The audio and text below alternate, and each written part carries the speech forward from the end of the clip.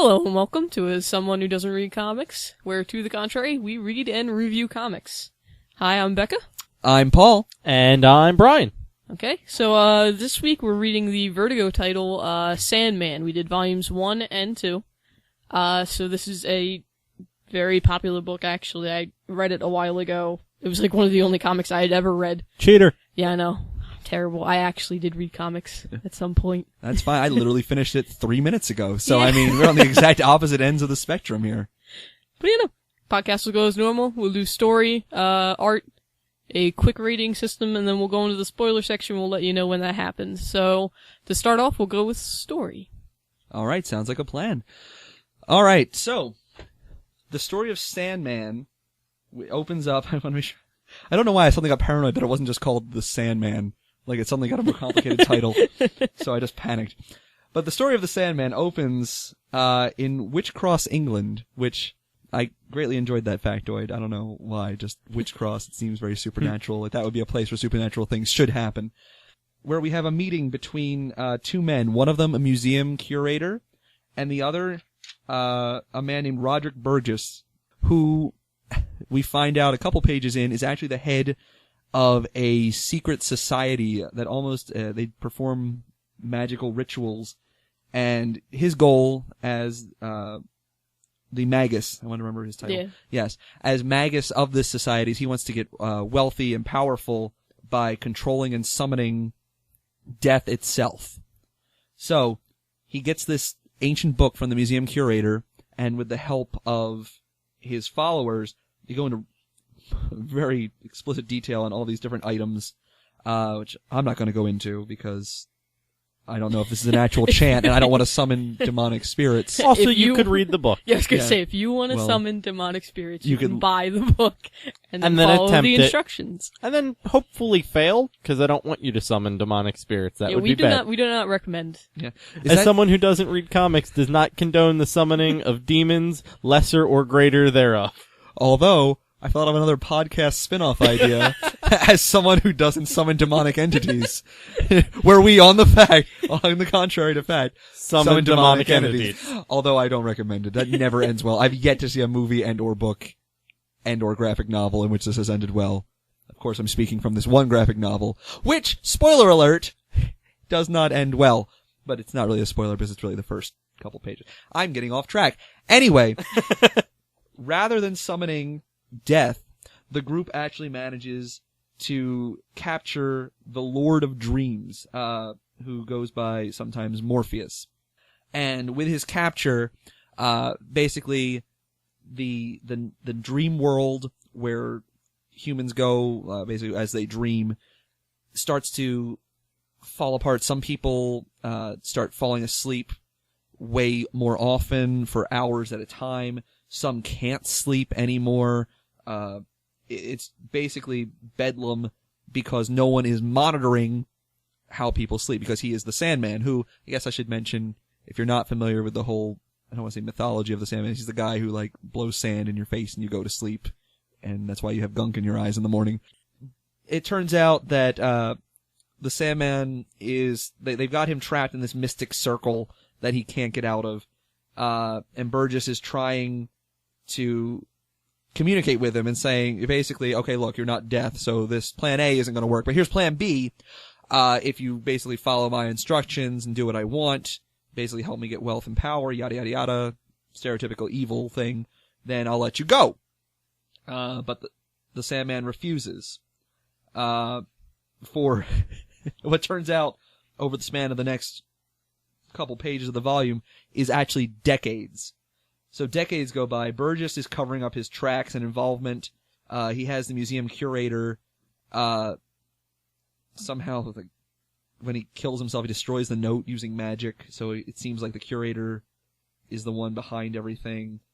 They discover that, some of the, they take basically the Sandman came into this world with a couple different articles. There's a hood, which almost looks like a World War I kind of gas mask kind of thing. Yeah. An aviator helmet.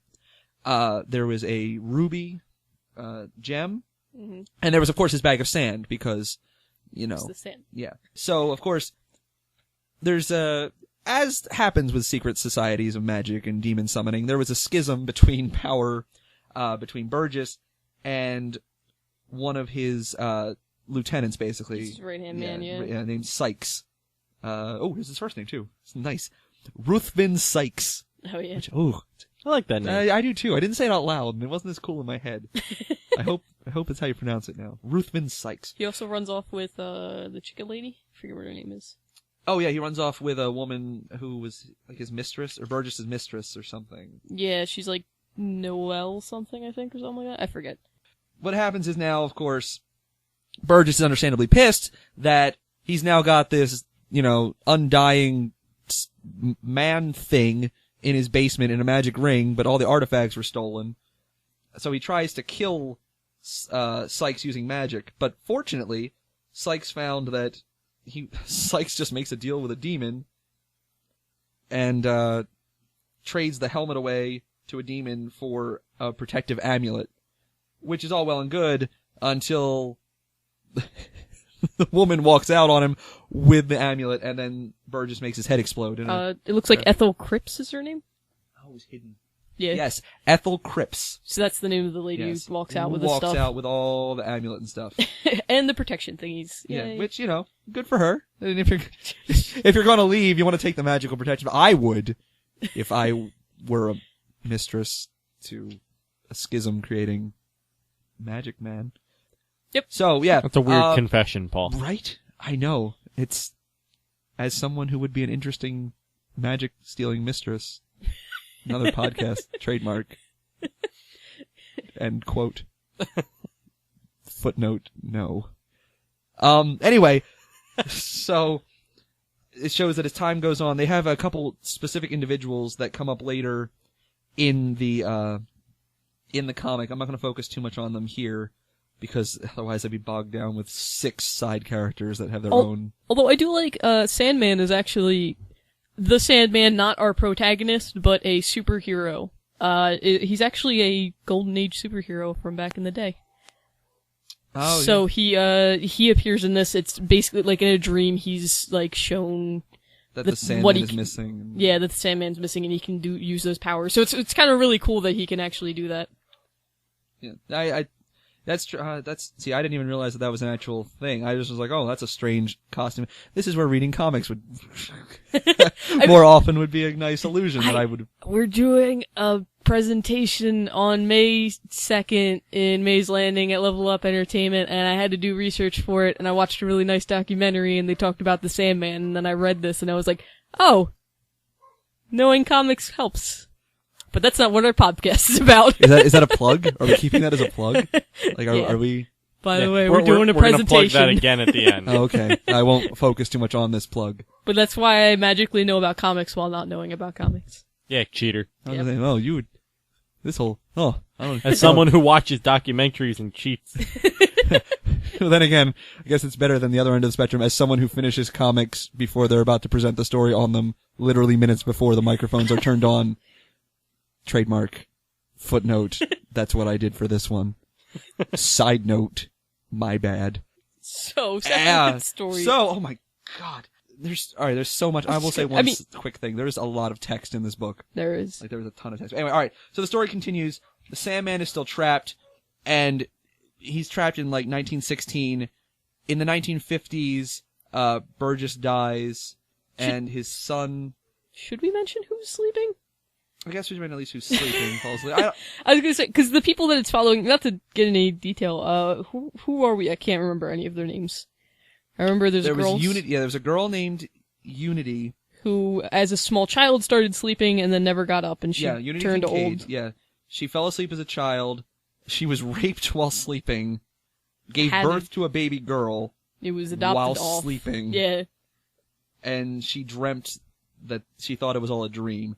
There's another Ellie Marston whose family was like, oh man, she keeps falling asleep and is practically dead. Let's put her in a nursing home. So she woke up twice in 1 decade, and that was the big to-do there. Another guy, Daniel Bustamante, was in 1926. He's been asleep for 13 years. which is pretty depressing. He becomes that guy who starts walking around but doesn't speak, right? Yeah, I believe so. Yeah, Yeah, he eventually like kind of wakes up, but everybody calls him a zombie because he doesn't talk at all and just walks around. I don't think anybody else was too important. There was the one guy who was in the war and never slept, so he died. It was kind of crazy. Yeah. That was fun. So I think that was like the important ones that like made a difference in the story later on. yeah, that's why I was going to focus on them when they came. But yeah, they basically, there's so many heavy. There's a lot of people in the beginning half. Yeah, but anyway, I was focusing on the main people again. Jeez Louise. Because like I said, these people are important, but they don't come up until like volume 2 is kind of around yeah.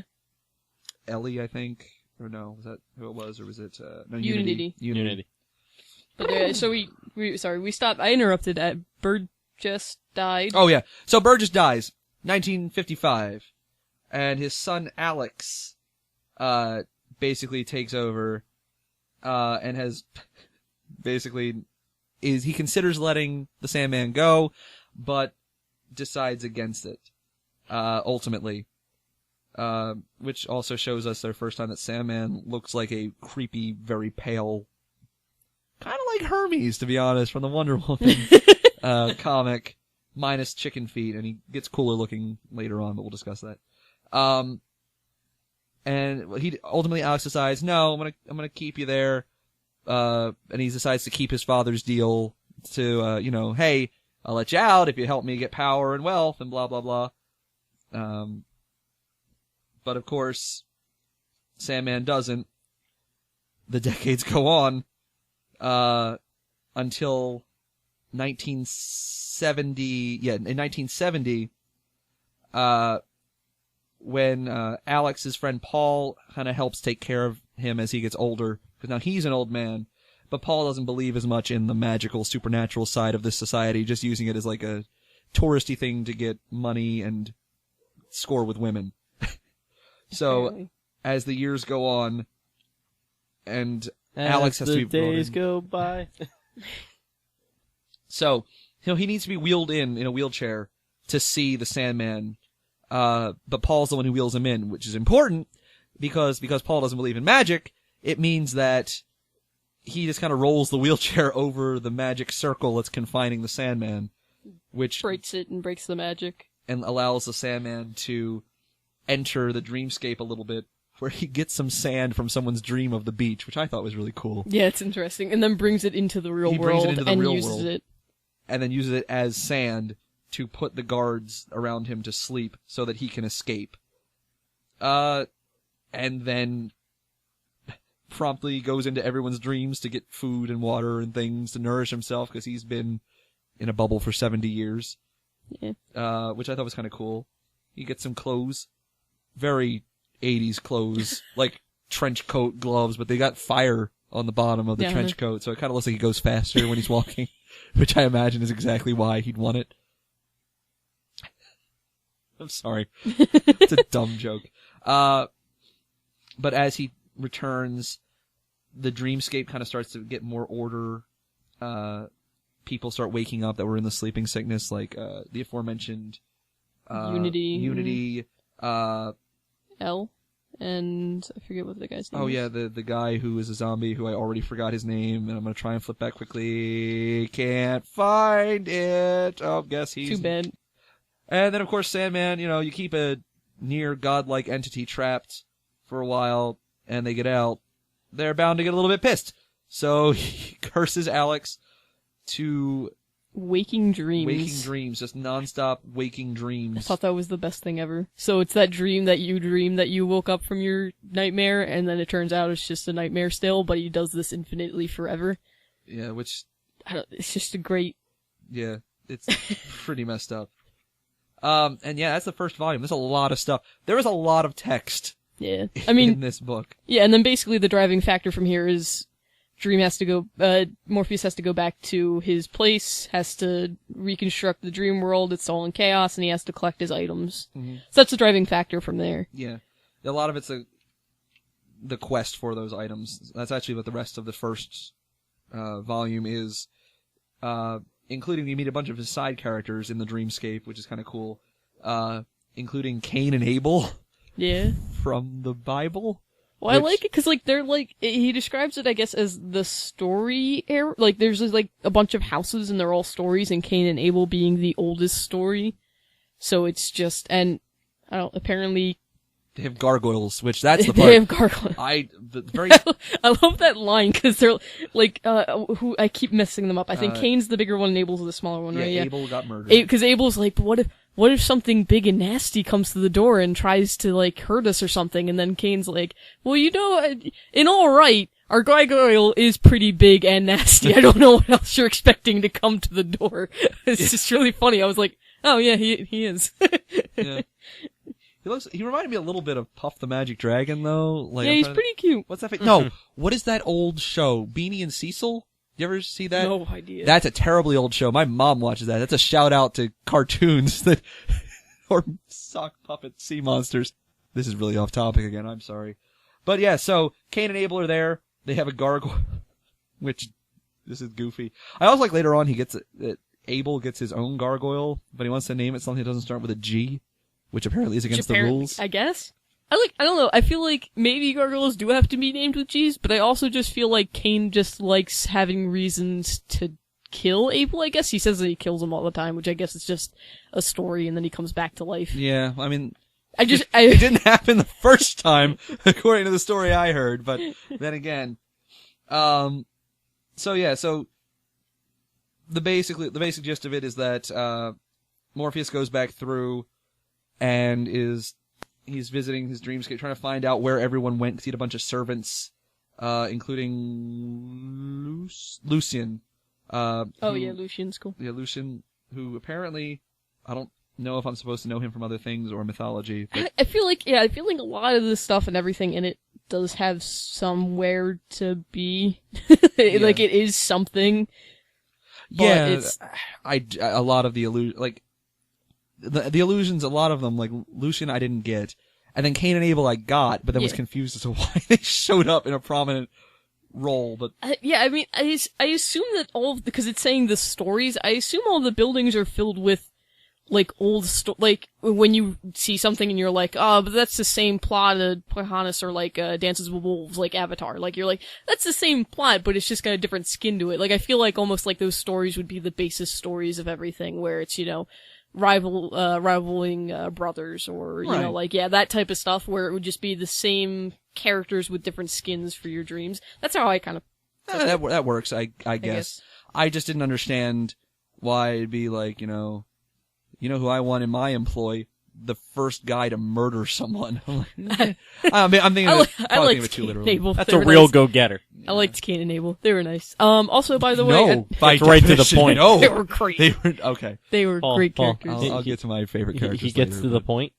Oh, there you go. I mean, bludgeons a little bit, too. Before we get too far in the story, the writer of the story... probably should have been mentioned. I feel like we need to remind you. Neil Gaiman. So he's the famous, semi-famous, actual writer person, like, who actually writes real books, like things. Like, if you ever watched Coraline, he actually wrote the original story for Coraline, not the movie, as far as I know. Stuff like that, a lot of other books that everybody loves, so.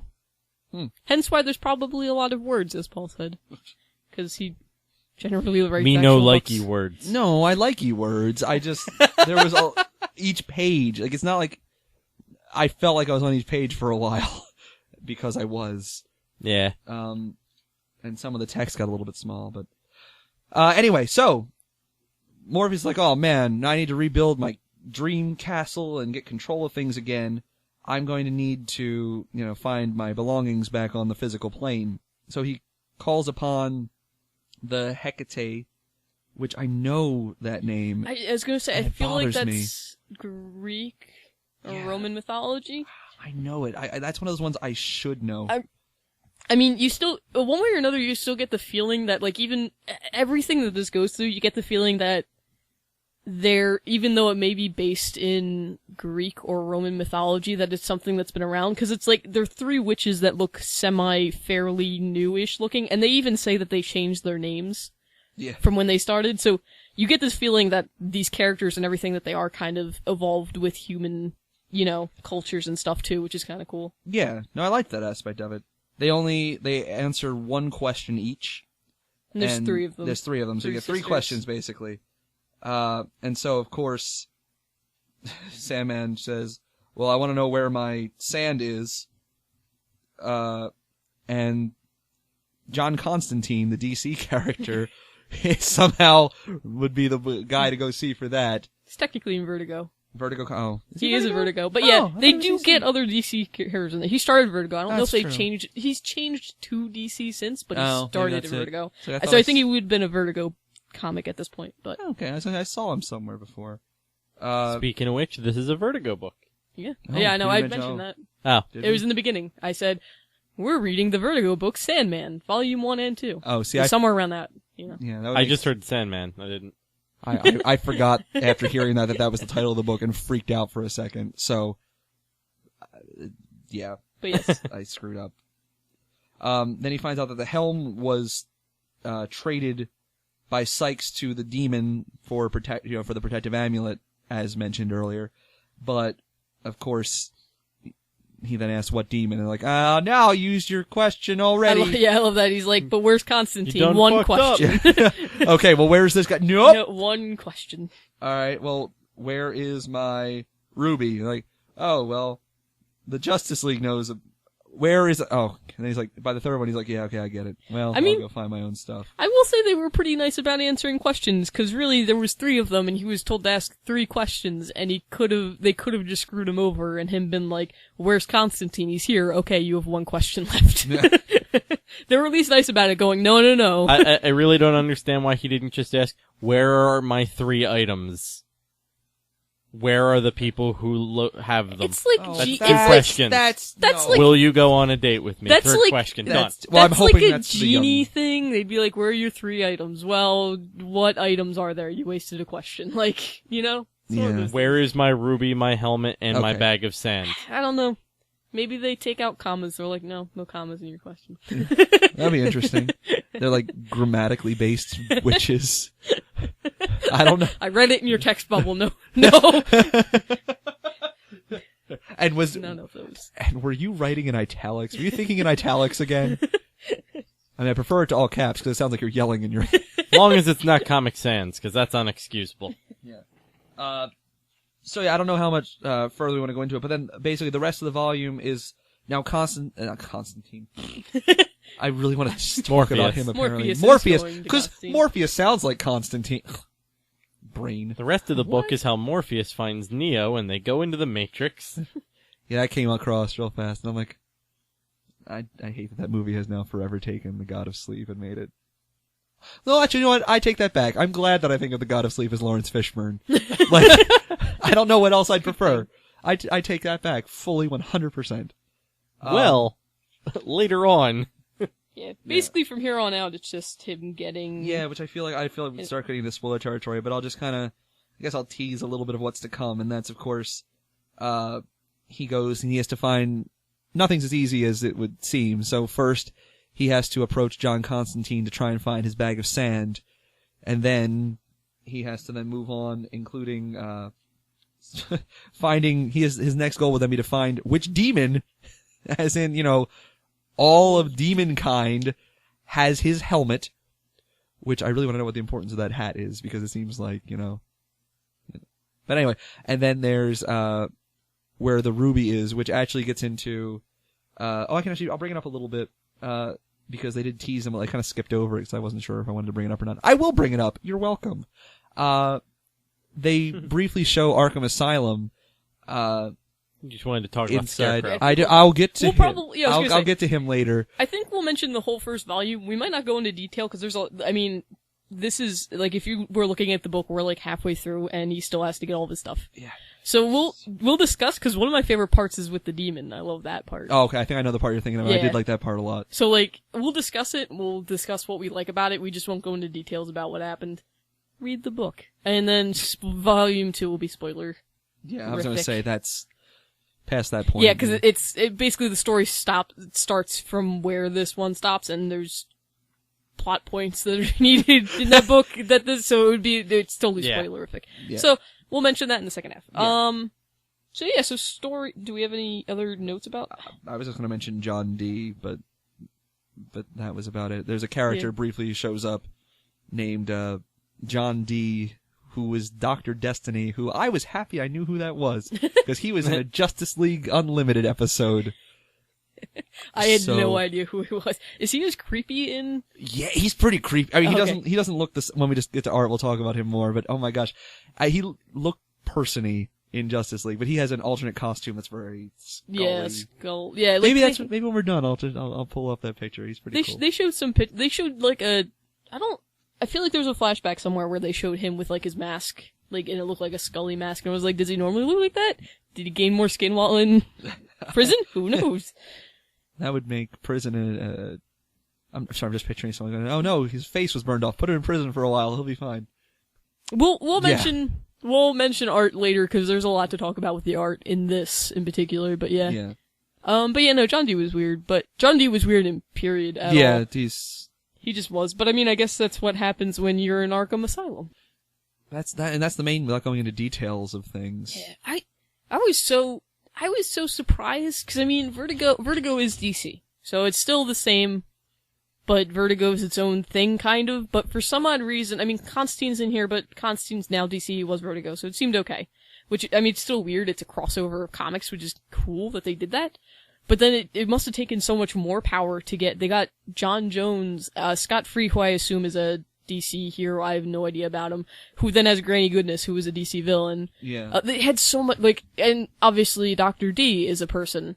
But basically, I was just so surprised that they got those characters in. Like, I was like, wow, that's, like, those are big name people in a small, I mean, Vertigo is generally a small name book, like a smaller company. I was like, wow, that's cool that they got those guys in there. I was like, yeah, that was really cool. I assume Vertigo's rules were different back then? I guess so. Maybe because Neil Gaiman's such a big writer, because he was such a big name. Maybe they were just like, whatever, but they didn't want to put him in with the superheroes, because Sandman's weird. I don't know. But, what else was there to mention? You want to mention your Scarecrow? Alright.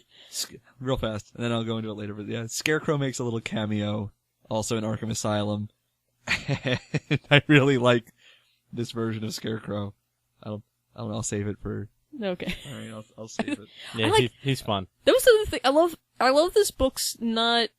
it doesn't tell you things immediately, and it wants you to pay attention, kind of, because Dr. D's mother, or at least the person who was posing as his mother, is Estelle, the girl who stole the helm, the stuff from the other guy. Well, not the helm, because that was given to the demon. The sand and the two, the ruby and the, amulet, or whatever. Yeah. Yeah, so she stole that too, and then she had that stuff and gave it to Dr. D, and that's how he did stuff.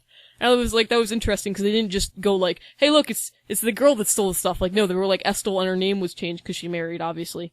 Mm-hmm. So it was really cool that, like, it didn't just go like, hey, by the way, here's shoving in your face, by the way, remember this? Remember you read this like 3 issues ago, like, it was like, oh, no, okay, I remember you. This book does an excellent job of calling back to itself way too much.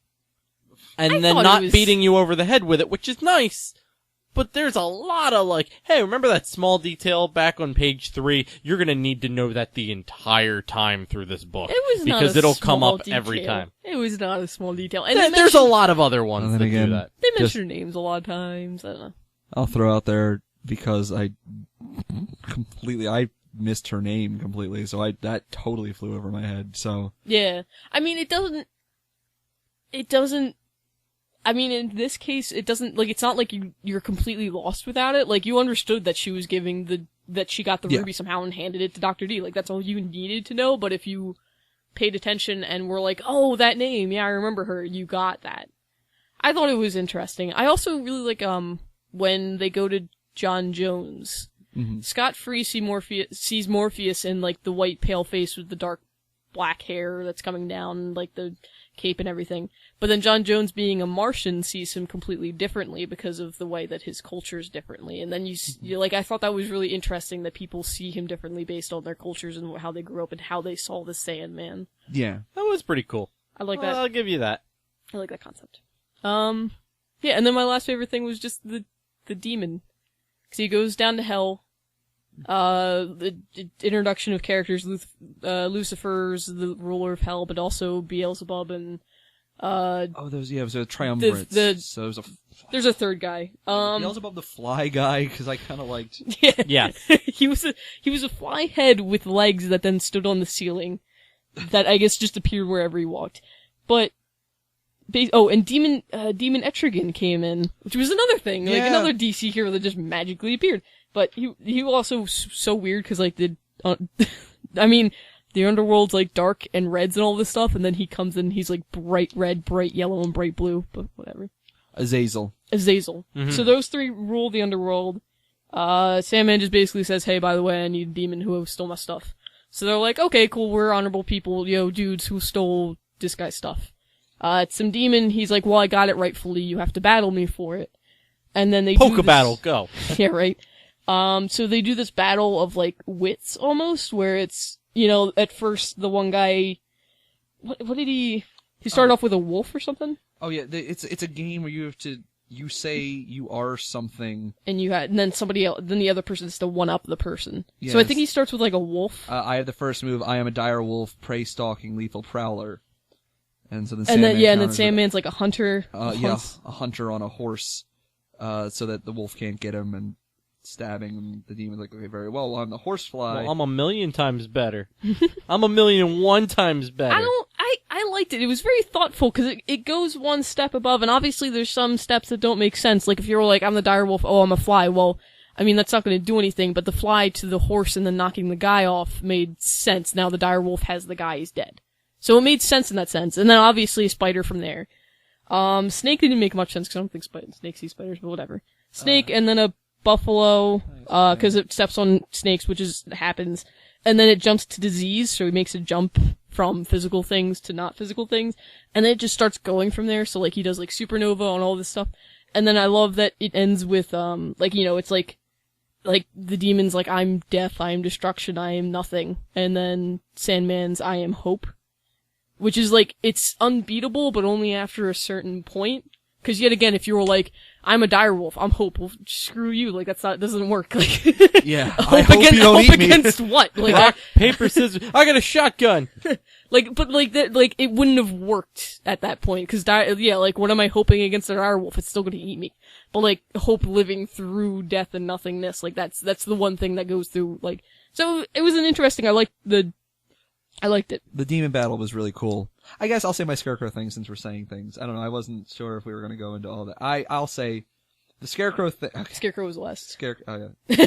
Sorry, I was going through here. But yeah, so Scarecrow, of course at one point, it's Arkham Asylum, so everyone breaks out at some point. But basically Dr. D is escaping Arkham Asylum, and as he's making his way out, he comes across what looks like someone hanging, and he jumps. And it turns out it's just Jonathan Crane, the Scarecrow, going, ha! I scared you, didn't I? Gotcha. Okay. Yeah, don't tell anyone I'm here, though, because I want to scare other people. And I'm going to stick my tongue out, act like I'm dead, and I'm going to yell, April Fools! And I'm like, what the heck is that? And it turns out, the Scarecrow in this is really insane, which I love. And he basically says, yeah, okay, well, have fun outside of Arkham. See you when you get back. See you when you get back. And John Dee's like, no, I plan to destroy the world by, getting my ruby back, and I'm gonna just destroy everyone's sanity. And Scarecrow's like, okay, yeah, well, when you come back, it'll be good to see you. Tell the Joker I say hi. Yeah. Like that kind of thing. And he's like, oh, and also check the other rooms. I put something there to scare people, and it's an actual dead corpse. Hanging from which is like... I love that thing where he's just, I'll see you when you come back. Like, I bet he does that to everybody. Like, somebody gets out and they're like, no, I'm gonna poison the water mains and nobody's gonna get out alive. Well, I'll see you when you get back. Yeah. Which is, I love, I'm sorry, the implications of that made me laugh hysterically. Because it's also, he's out and about in the hallways. He could have left the building. But he's choosing to basically jump scare people. And, like... Because that's what he would have done on the outside, to be perfectly honest. But it makes it, like... He just doesn't have to go as far. So... That was great. Yeah, so I greatly enjoyed that whole... Yeah, Dr. D went through a whole thing where he does all this stuff and he kills a bunch of people, and then eventually Sandman gets there and tricks him into breaking the ruby, which then gives him back his power, and Dr. D has nothing. So he brings him back to Arkham Asylum. Scarecrow's still there, and he's like, hey, how's it going? Yeah. Welcome back. Yeah, so Sandman's like, you know what, your mind has been shattered by this thing, and you did think to break the ruby, which I didn't think of, so whereas I punished the other guy... I'll let you off. I'll just put you back in Arkham Asylum. And so he brings him back to Arkham Asylum. The Scarecrow jumps out, literally says, boo. And then, after doing that, takes off his mask and says, oh, hang on. I can't see anything without my glasses. Were you scared? It's like, are you kidding? What are you doing? What are you doing? Like, alright, anyway. Having fun. So, I love the Scarecrow bit, but that's... Is it weird that you like the Scarecrow bit as much? Becca likes the demon bit that much. And I like the part with Constantine and the sandbag a lot. I hope if we ever read Constantine, I hope Constantine's written like that, because Constantine walks out into the world and goes, hey London, how's it going? Looks rainy and wet. Yeah, it is, Constantine. Well, what is it, like 12 o'clock? Where have you been? I don't know, it didn't seem like a great day to come out. Okay, sounds great, London. Like, it's just, he talks to London and London talks back, and it's just, yeah. I assume it's obviously him in his head doing this, but it's just hilarious to me. He's like, what time is it? Almost noon? Yeah, time for breakfast, London. I'm gonna go get some breakfast. Like, yeah. But it's like, noon breakfast bagel is time, good. let's go. But no, like that, like, I'm gonna wait till Art for more of why I love that part. But that part's really cool. I think it's interesting that we all picked a different one of his items that he goes after. I mean, as like, I really want to focus on this one. I can't say that I hated any of them. I will say Dr. D, I think, went on way too long. It was like... Agreed. I mean, me personally, I'm not a big gore person, and it gets a little gory and nasty in that part where, like, it's like, Except the puppet show. The puppet show had to happen. Yeah, I guess... I mean, I'm not going to defend... I'm not a big gore person either. It just... There were a lot of parts I liked in the Dr. D thing that... And also, I knew who he was, which helped immensely. Yeah, I guess. But... Just... I find it interesting... Like, it turned into... This comic randomly, for a brief period of time, turned into a superhero comic. Like, out of nowhere. And it wasn't before. And I guess I kind of liked that aspect of it, as all of a sudden it was like a supervillain versus... I don't know. So... But yeah, you're right, it got a little bit violent. It was cool, yeah, it got a little bit violent and weird, and that was just my, it was a good storyline. I liked the development of the characters and what he was doing, and it was pretty cool, but it was just, some parts of it just kind of offset me, to the point where I was just like, yeah. Yep. Just like that. Just like that. And then, before Art, just the ending part, we get introduced to, Sandman's, to Morpheus's brother, or sister. Yeah, his older sister, which... Death. And they just have this conversation of, like, basically Morpheus is like, well, I've got all my stuff back, and I'm trying to repair the Dream Realm, but I just don't really know where I'm going now, and then she kind of talks him, like, she obviously seems much wiser than he does in some aspects, but also seems more, like, chillax, I guess. I love Death. She was a really To cool be fair, character. Death was not imprisoned for a good long period of time. No, I will give you that. He's a little frazzled. Yes. So he's... I don't know, like... I like Sandman? I like Morpheus? Cause I don't know. Like, Thanos comes across as, like, this character that I can never understand cause he's just this godlike being that's godlike and he's like, I'm all powerful and I don't need character, ever. But, like, Morpheus almost seems, like, human-ish, where he's got human aspects and he gets depressed and he gets sad and he's like, he has problems. He knows a decent amount because it's his job. That's like, like I could go to an engineering thing and be like, I don't know what the crud I'm doing, but that guy seems like he knows what he's doing. But he's still a person. Like, like he knows how to do his job and he knows what he's doing and he knows how to fix some problems, but some problems get away from, it's just, it was cool. He seems like more human than a lot of these characters, really. Yeah. Except for the fact that a lot of these characters are evil and that's pretty human. Yeah. Yeah, I mean, there's Lucifer, but even Lucifer was trying to kill him or something like that. He was like, I hope you lose that battle because I don't like you. Like, yeah, he's like, well, we have to put up with you. And then once Sandman obviously gets his stuff back, he's like, well, what makes you think we're just gonna let you walk out of here? I love that, cause like, they were like, what makes you think we're gonna let you walk out of here? He's like, what power would you have if you didn't have a dream, if you didn't have people believing heaven existed? And then everybody just like, oh. And then, like, spreads, but then Morpheus is like, I don't have enough power to do shit. I really hope they don't call my bluff. Why did I go here really early? I should have gone and gotten my other stuff. But it's still cool. Like, I like those, like, things. They're cool. They're nice. I don't know. Well written is the word I'm looking for. Yeah, the moments like that, I wish there were more of, because it's very, you're right, he is more human than others, but the first thing of him, when he's just there and he's like straight up, haha, I am no longer imprisoned.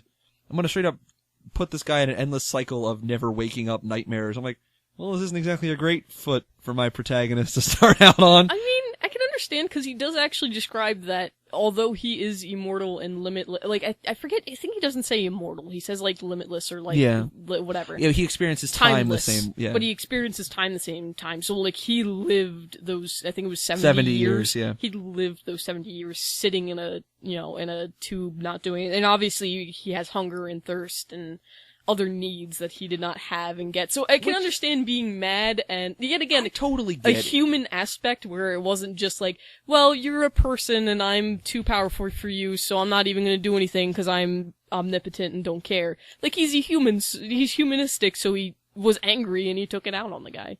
Right. Also, I mean, I get that. It's one of those things where I'm just like, I don't know. Yeah, I understand. It's not a good starting. He does nothing, and then he kills, doesn't kill somebody, but puts them in an endless cycle of waking. I'm just, the best torture, I will say. Like, that, I just the thought of that, but yes. It's great. I loved it. I don't know. I liked it. Art was done by, most of the book was done by Sam Keith and Mike Dringeberg. And I think that's the same in the second, volume. Malcolm Jones III does a issue, and then it goes back to those guys. I think there's a bunch of other names on the second one, but I don't recall the art style ever changing, actually, funny enough. It might have been because, Mike and, Sam do the art together, so I guess it's just more people together on the art. I didn't actually look. So, I'm going to say that they worked with that guy. Yep, there's a lot of names. So, art was cool. I like that.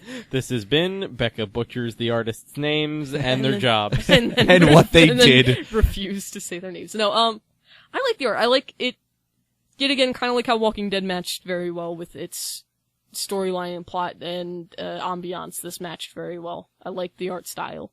It did very good for telling the story. I liked it a lot.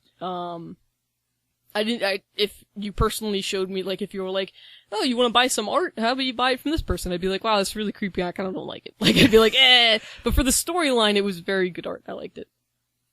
Yeah, it felt, now again, I think this was, again, I didn't look this up too well. I think it was in the 80s this came out.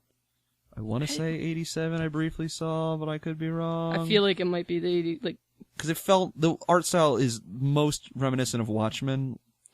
88, 89 is the copyright. Vertigo was also Vertigo. Watchmen, yeah. Yeah, so I would also, okay. So it's a distinctive style there. Yeah, no, I mean, it's very stylized, and it's the same thing whereas Watchmen had a lot of, like, symbolic coloring and this and that. Yeah. This didn't have as much, like, bright, shiny colors. It was dark. Like, even the bright stuff was dark.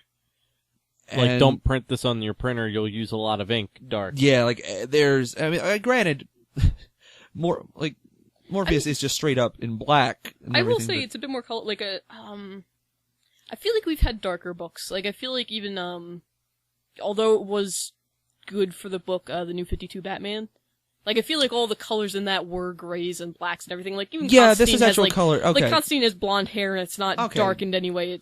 There's some color to it when things happen, like, you know. Yeah, a lot of Greens browns. or greens, but yeah, there Obviously, are a lot of compared- browns and stuff. Yeah, no, I compared understand. to, like, you know, like, even, like, Blackest Night had a lot of dark. Yeah. But that was like it was a shinier dark, if that makes sense. It was like a much more glossier, inkier look to it. Where this is just, anyway, I'm not sure if I'm conveying my, Yeah. it's not basically what I'm trying to say, it's not my cup of tea artistically, but I can't fault it. This is just one of those pure aesthetics. It's that in between, although again, I will say, I greatly enjoyed Death's design.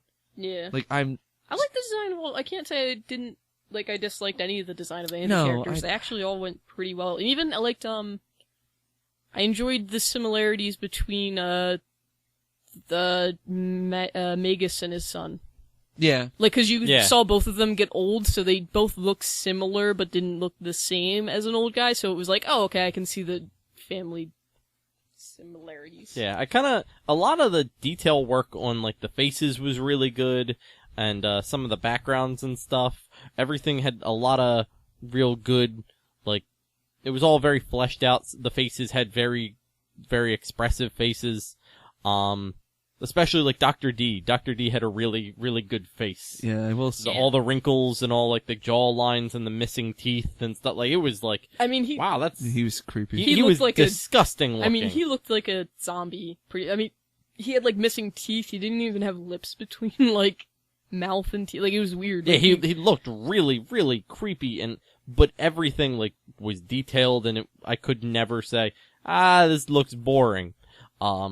Yeah, that was the one thing, the art style changed between the two artists, because that was the one thing that Dr. really D. threw me off was Dr. D, because he changed in, like, he gets out, he gets to this diner, and then all of a sudden in the diner he changes art styles.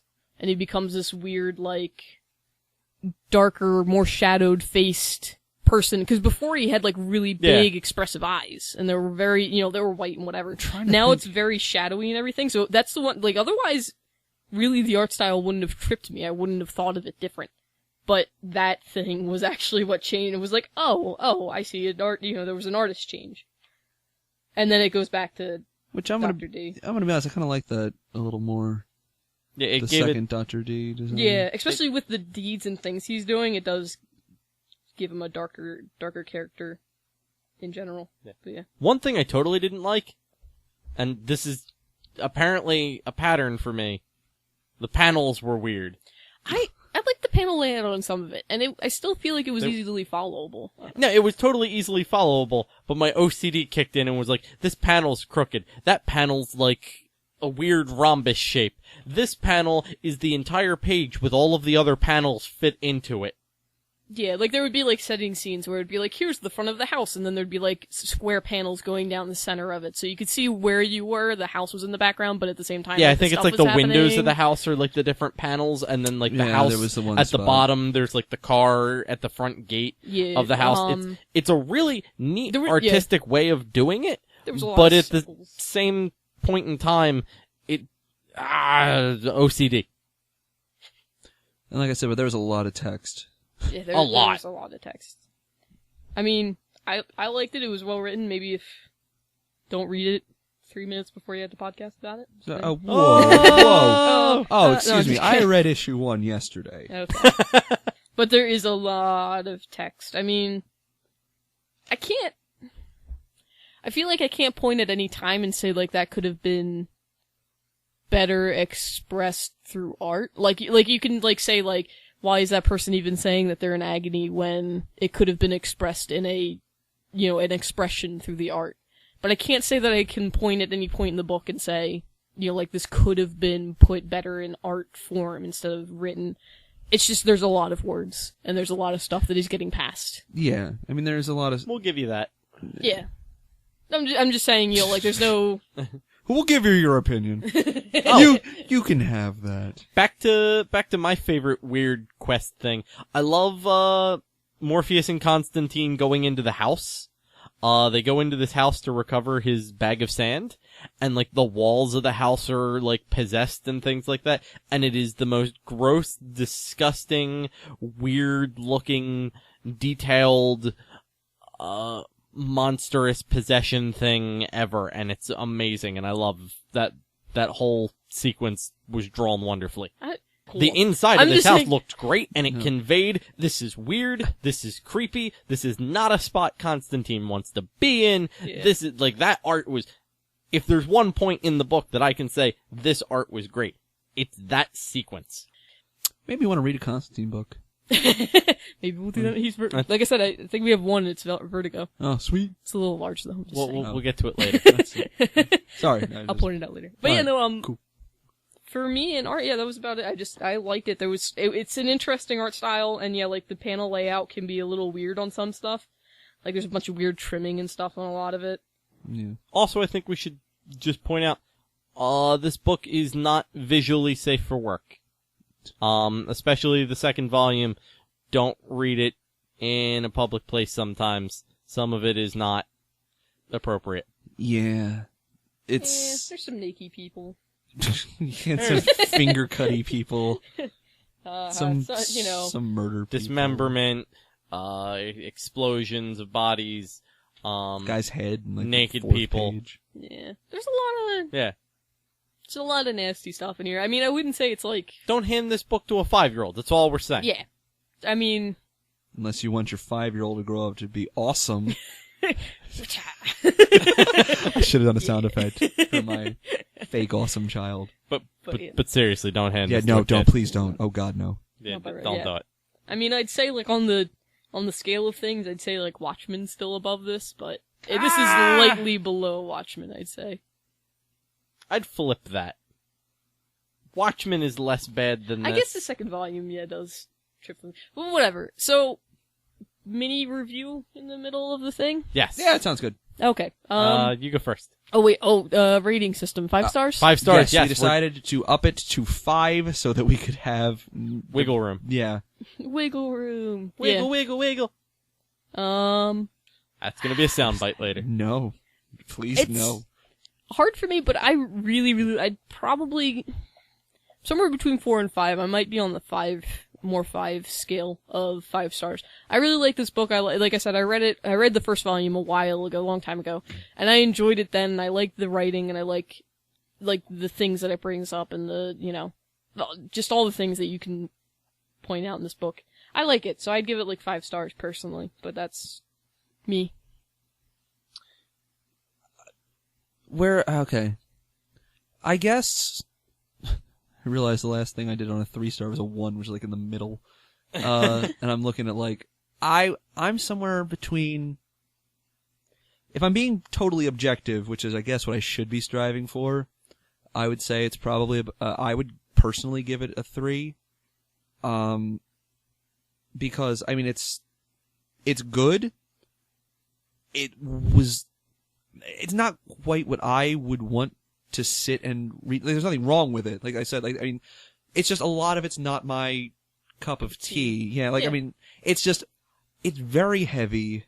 It's very densely packed, which is fine, but it's just not in the way, it's not packaged for me the way I would prefer it. And I can't find anything really specifically wrong with it, but it's just little things. Like I said, it kind of bothered me that his first action as a protagonist is basically to torture a guy to not death. I don't know. Like, again, I get it. It's an anti-hero thing. I get it. But it's, again, little things. They do some better jobs humanizing him later on. We can discuss later. But, like, not the, so I give it like a 3. Somewhere between 2 and 3. But I'll say 3 because really it's probably better than I'm giving it credit for. It's probably just my fault. Sorry, Art. I didn't understand you. Oddly enough, I'm going to agree with Paul and give this book a 3. I enjoyed things that I know no one else will enjoy with this as much. I enjoyed the beginning a whole heck of a lot, that whole weird, creepy build up and stuff like that, and the adventure part a little bit less. It's kind of weird. This book has a weird pacing thing, at least in my mind. It builds up The exposition's really good, and the rising action's really good, and it gets up, and it's like, alright, we're gonna have this awesome climax, and everything's really gonna happen here, and then it just trickles off. And there's no real good payout at the end. And it happens through the entire first book, and then through we're rating it just on the first book. Yeah. We get a second. I'm just saying. I was just gonna say, the second book does the same thing. I'm not gonna say anything else for it. Stuff happens in the beginning. That would be a spoiler. It gets to a point, and it's like, oh man, we're gonna have a really big payoff. No, we don't. And it kind of falls off there. The art's really good. Everything works really well. Probably my biggest not complaint is that Morpheus kind of looks like Alan Rickman in a weird way, and I could only hear Alan Rickman narrating Morpheus. It's not a problem. It's not a problem. That's like, oh man, God came in and his voice was Morgan Freeman the whole time. Like, how could I read a book like that? Like, no, that's the perfect problem. No, that's why I said it's not a problem, but it was weird. It was really weird. Yeah, I wanted him to take points away from Gryffindor. I didn't Alan Rickman him. So, I didn't have that issue. Also, I don't know, I didn't feel too disappointed. I didn't feel like it drove up too much and then gave off. That's my opinion. I just don't. Yeah, no. I totally thought there that. should have been way bigger payoff for the rise and the build up. Yeah. And it was just kind of like for example, for the first book, it's like, all this shit's gonna go down, everything's going on, and he just gets his stuff back and just kind of wanders in. Like for Hell, he just kind of wanders in, takes his thing, and walks out. Done. More, okay. So 3 stars, 5 stars? Yep. Yeah, it sounds like that's about where we're putting it. I'll try and stick to that. Then we're going to go in the spoiler section afterwards and we'll rate it again in case any of our opinions change based on the second book. But yep, just to let you know. Yep. So spoilers now. Spoilers. Spoilers. Spoiler. Spoiler. Spoiler. Spoilers. Spoilers. Spoilers. Spoiler. Spoiled spoilers. You can say spoiler now. The dead guy in the middle of the room was the murderer the whole time. Woo! There you go. That's more recent. Yeah. I'm not going to say what movie it was because that would be an actual spoiler. No. I sort of that would actually spoil all the things. Oh no! Stop doing it. Spoil the spoiler. So, going through a basic rundown of the second book, you meet a character named Rose and her mom. Her mom Skip stuff already. Whoa. Yeah. No. There's a whole big weird story at the beginning. Sorry to cut you off. You missed one of the coolest parts. I like really? that part. Again? Stop liking the parts I didn't like. I actually really liked it too. I liked it a lot. I don't. Paul's wrong. Oh no! Not since Age of Ultron. Not since Age of Ultron have I been this wrong. No, it's okay. This is the same story as the first book. Yeah, it's weird because you start out and you're in this complete because obviously this happened. You end the book and Morpheus is with his sister and she explains, no, you can do stuff. Just do this. You'll be strong. You'll keep going. Yeah, calm your butt. You'll be fine. And then we go to the story. These two guys on the Sahara Desert, I presume, walking along. It's a father and a son. It has this tale of how, now, in this tribe, the men become men by, walking out with their fathers, and they hear this tale, and sometimes the tale is told different through different cultures, and it's told different from men to women to men, till children, so on and so forth. So he gets there, and the father goes, well, okay, son, go out and find a rock. So he goes, go out and find something. And he's like, what's something? And he's like, no, you'll find it. He finds this piece of a glass, it's almost like heart-shaped. He's like, oh no, I found that, I know what it is, I found the thing. And he's like, okay, I need to tell the tale. What? I think I might have linked that heart-shaped piece of glass to maybe later on in the storyline. I thought that, I still think it makes no sense. We'll get to that. It doesn't make any sense, Sorry, but we'll get to that. Right. But so, basically then the father tells this tale of this all-powerful leader who used to, lead this, lead their tribe, and they had this nice city and everything was green, there was, everybody was happy, everything was great. This leader was, she was a beautiful woman, she never found anybody that she, was comparable to her, or anybody that she loved until the stranger came by, and he had, eyes of darkness with starlights in them or something, I forget what the words are, but he had these beautiful eyes and he was beautiful, and he came by and he said hi to her for 10 seconds and then left. And then, lady? and she fell immediately in love, goes to somebody, asks, I don't know, like a prophet or something. I forget who she asks. She asks somebody, you know, like, who is this? And he says, well, that, you know, that sounds like you have to go into the dream realm. This is how you do it. So she goes and gets like a, what was it, like a burning fruit? The prophet was the king of the birds. Oh, sorry. Yeah. Oh, yes. Yeah, that the was best character you missed a good in chunk. this book. No, it's not a good. It's just You're pretty right on the best character thing. also, too. her name was Nada, which I thought was interesting because her name basically is nothing. Yeah. Yep. But I love the artwork for the King of the Birds because he's like, haha, and he has like sparkles and pink and like, he's so happy looking.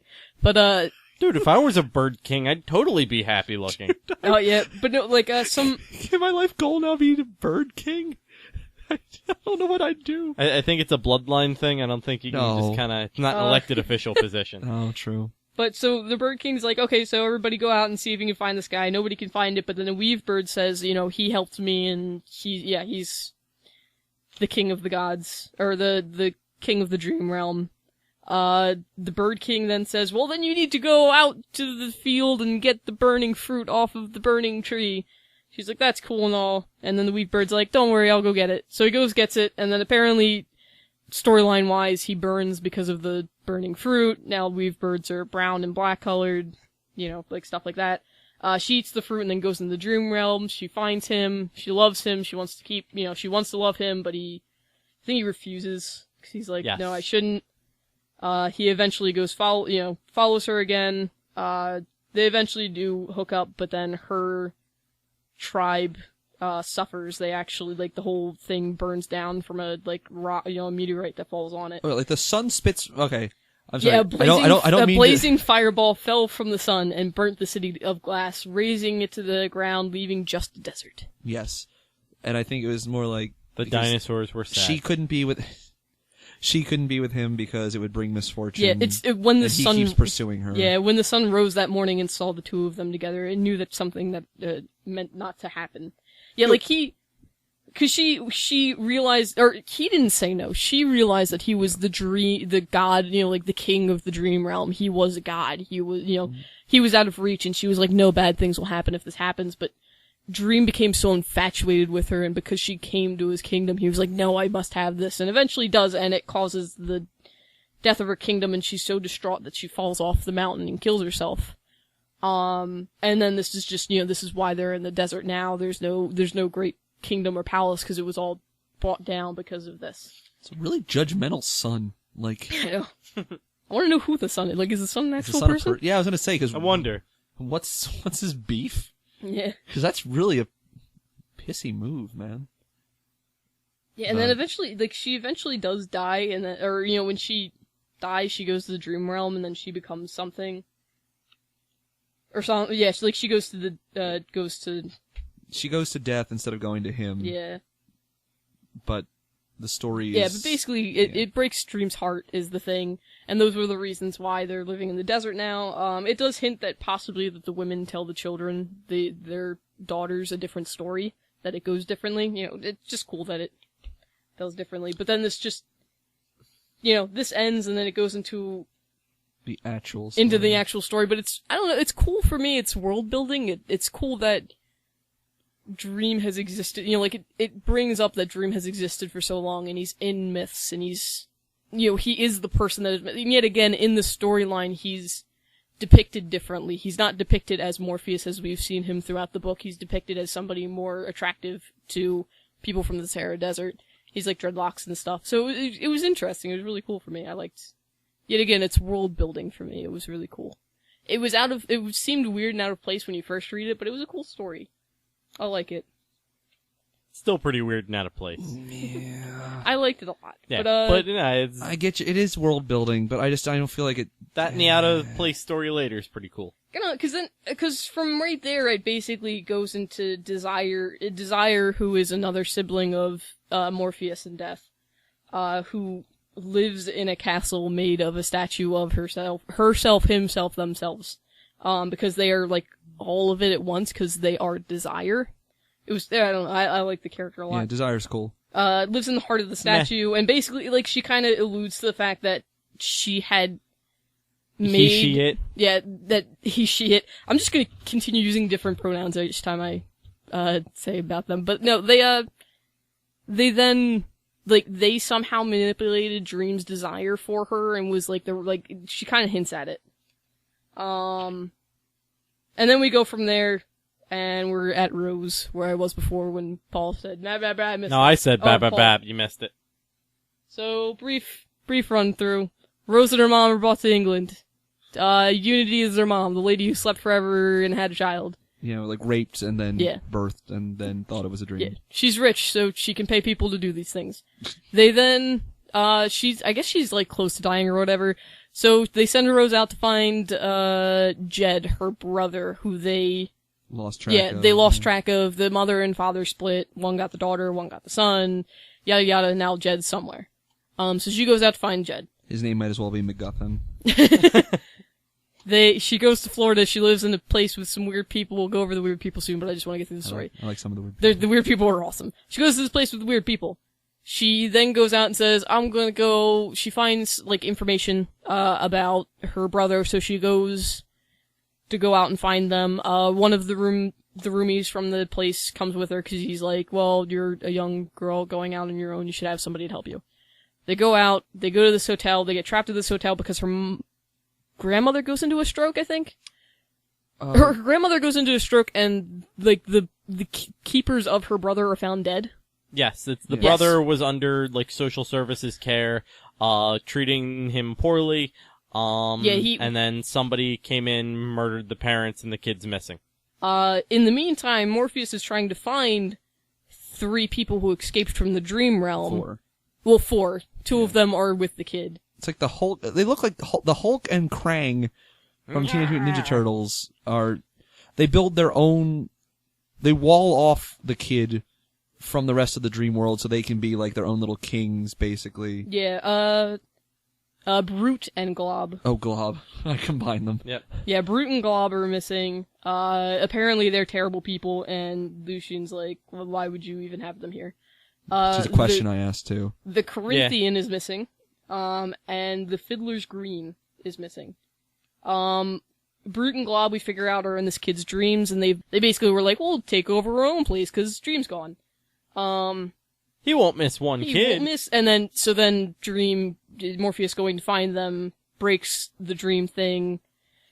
He kills the parents for someone? Well, I guess they're terrible people, so, but he kills them. Yeah. Frees the kid. I don't understand what he did to them. I don't know what he did, cause he basically took Brute and Glob, and there was 2 other people that they trapped in there with them. Well, one other person, the other one was a dream.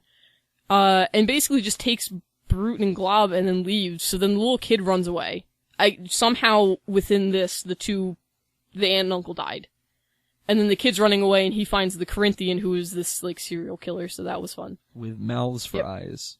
So then this is yeah. Mm-hmm. Yeah, he's got... I feel like, from what I read, it's sort of like Jed ran into him and was like, hey, I ran away from my parents, and then, like, I thought he went back, killed the parents, and then took him. Yeah, they don't explain, like, when the aunt and uncle die or at all. Uncle, Yeah, because the Corinthian may have done it because he is a serial killer. Yeah. He may have been like, oh, dude, you want your, aunt and uncle dead? Sure. Yet again, not explaining everything, because it's not like Morpheus stays along to see anything.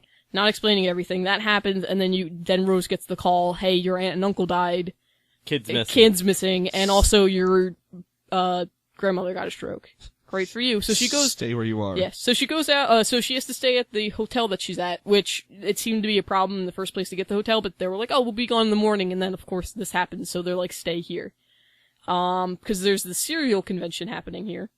By cereal, I don't mean like breakfast cereal. Apparently it's a serial killers convention, but they're putting it under the ruse of breakfast cereal, or cereal like the green. If there is a breakfast cereal convention, someone please inform us.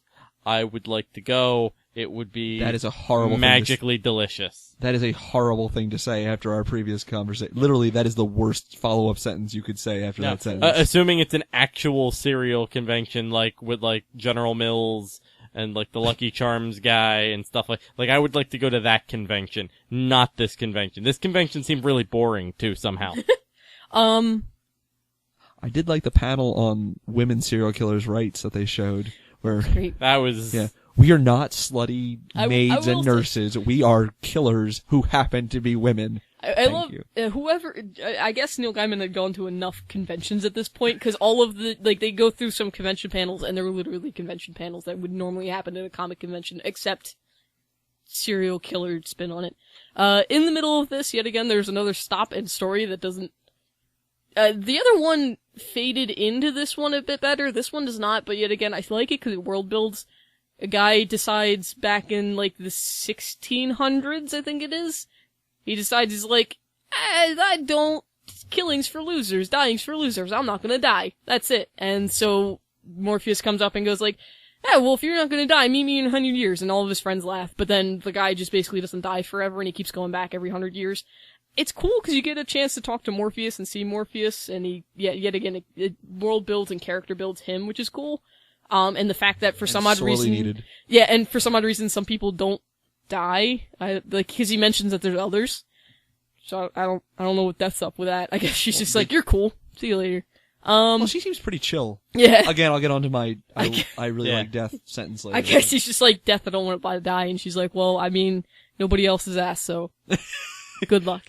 So he stays alive. I mean, like, he stays alive until present day, and you basically get you see the meetings of him every 100 years with Morpheus. It's kind of cool when you get this, you get a character development, which I like. He eventually the guy says, well, the reason you're seeing me every 100 years is because you need a friend. Morpheus gets mad because he's like, well, I am a god, I am more powerful than you, but then comes back 100 years later and goes like, actually, I'm pretty much a person, I'm lonely, yeah, I do need a friend. If we had a soundboard, I'd be playing the Golden Girls theme song right now. Yep. But we don't. Yeah. So instead, just think of Bette Midler. Yep. So then we go back to the serial killers convention. Or Betty White. That too. B. Arthur. There you go. Right? Yes. Is that all of them? No, there's one more. One more. B. Arthur. Estelle Getty. Estelle Getty. Yeah. Oh, yeah. Yeah. There's 4. Thanks for being a friend, guys. Yeah, not Bette Midler. That's the wrong name. But yeah, no. So basically, you go back to the serial killers convention. Rose is trapped up in a room because she doesn't. They told her not to leave because they're like, well, if she stays up in a room, they're never gonna know we're serial killers. Which, of course, obviously doesn't work. She comes down at some point. The serial convention thingies happen, so you get a rave. I guess serial killers like that. Stuff like that. Note to self: don't go to the raves. That's where serial killers go. Might be. Gilbert at some point tells her Gilbert's the guy. Gilbert's the guy who's with her. Yet again, just trying to skim. He tells her, "Hey, if there's any, this place is trouble. If there's any trouble, say this name 3 times, I think, or call this name. Call this name was the name that she said, but it's literally a name on a piece of paper. So she's kind of confused, but then he leaves. And then one of the serial killers who's into killing small girls comes up and starts, almost tries to kill her. And then she says Morpheus. Morpheus comes, which is the name on the paper. Comes, stops him from doing that, and then he brings her into the dream world because she's the vortex that he's been messing with. It's a vortex that apparently is eating up the dream realm. She's the vortex. The last couple of times he's had to deal with it, which he says it's only been a couple times. He kills the person. She's like, that stinks, I don't want to die, but he's like, well, that's the only way I know how to do it, I'm really sorry. He gets the Corinthian too. He gets the Corinthian while he's at the serial killers convention. Yeah. And I think he takes the bad dreams away from the bad people, from the serial killers, but whatever. So he takes the Corinthian, he takes him back. Cause the Corinthian is supposed to be the baddest dream you could have or whatever. Yeah, it reflects the human soul or something. It's supposed to reflect the dark side of your soul. Yeah. And that's supposed to be one of the worst dreams you can have. And I guess, as a person, he just is that. So, whatever. So he gets Corinthian, takes her to the dream realm. He's gonna kill her, and then, her grandmother, Unity, pops up and says, I was the one who slept for so long. I should have been the vortex in the first place, but then you were gone, so it didn't happen. Take me instead. It's apparently genetic, so just kill me instead. I'm an old lady, doesn't matter. Then everything will be fine. He does that, everything's fine. Yeah, Rose, just rip your heart out and give it to me, and then... It's a dream, you'll live, just trust me. Yeah. I don't know how you know how the dream realm operates. Okay, Grandma I just met and who apparently understands the dream world's operations better than... Yep. But, I don't know, I liked it. After that happens, and then, Death goes and threatens Desire, cause he's Morpheus. Or Morpheus, sorry. Morpheus goes and threatens Desire, and is like, I know what you're doing, stop doing this shit. Yeah, you raped this woman while she was asleep, or something weird. Something like that, yeah. It was, I don't know. I was gonna say, good luck explaining the last bit. Yeah. The last lot. Oh, what? Oh, the last, because she doesn't die at 6 months later. She's apparently been hiding in a room, and she cuts her hair and dyes it. You get a quick quip of her being best friends with, I think it's Judy? I'll double check. One of the girls. Yes, Judy. Yes. Judy was the girl who was in Dr. D's, restaurant in the diner of death, basically. that she died in. So she was, you get that mention. It's just cool. It sounds like it would be a good album name, Paul. Restaurant of Death. And then basically she just goes out. After being in her room for so long, because of obviously everything that went down, she comes downstairs and her mom and her brother are all fine and everything's great. And she goes and says, I'm gonna do stuff with my life, and she does. Now you see what I mean by anticlimactic ending. Oh, I also missed, I forget when it was, but at some point in this book, yet again, Death is like, I don't know what to do or where to start with my life. Morpheus. Or Morpheus, sorry, I keep doing Death. I only care because I really like Death. Yes.